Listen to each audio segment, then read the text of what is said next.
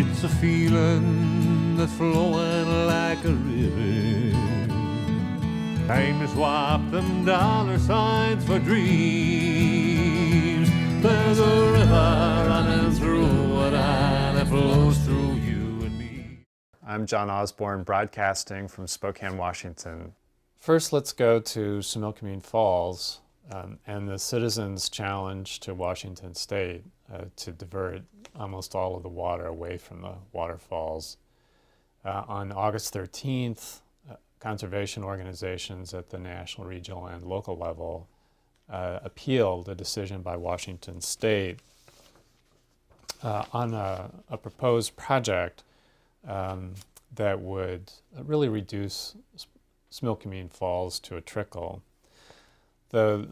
The waterfalls are located almost immediately downstream from this concrete plug in the Similkameen River called Enloe Dam, and the proposal is to divert that water at the dam and generate electricity.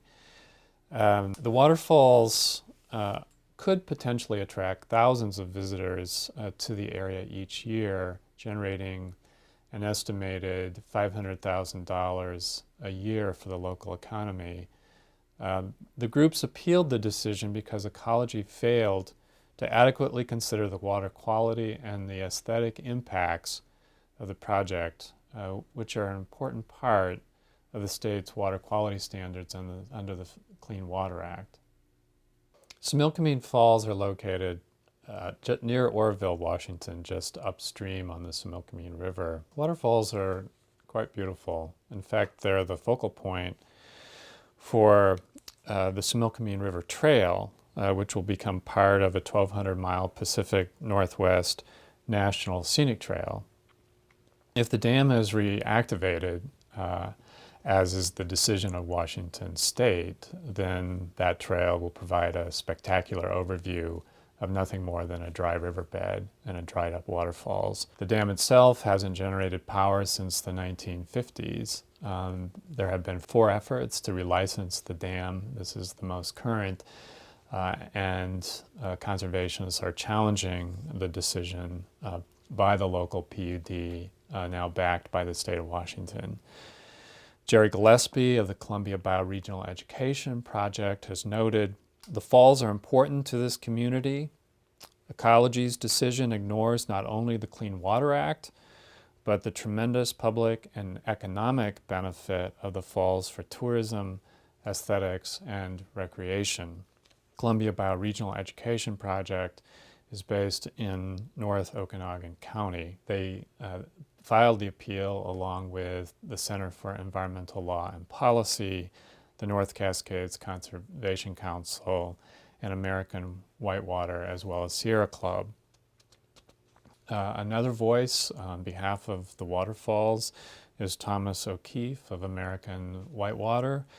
Mr. O'Keefe noted, "Ecology acknowledges in its certification that aesthetics are a designated use under state law for the Similkameen River, but fails to protect the beauty of the falls." O'Keefe noted correctly that the state's decision, quote, "would have a significant impact on the falls and water quality downstream." It's interesting to note that under natural flow conditions, the low flow on the Similkameen River is about 500 cubic feet per second.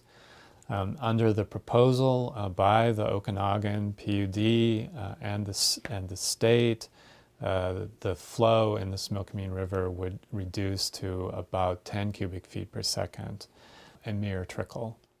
In challenging the state's decision to take the waters from Similkameen Falls, conservationists are represented by Andrea Rogers Harris and Kristen J. Larson. For more on the Similkameen River, you can visit the website of the Hydropower Reform Coalition. And that's today's program. Thank you for listening. And thank you for caring about water, about the land, and about the future of our communities. It's a feeling that's flowing like a river. Time to swap them dollar signs for dreams.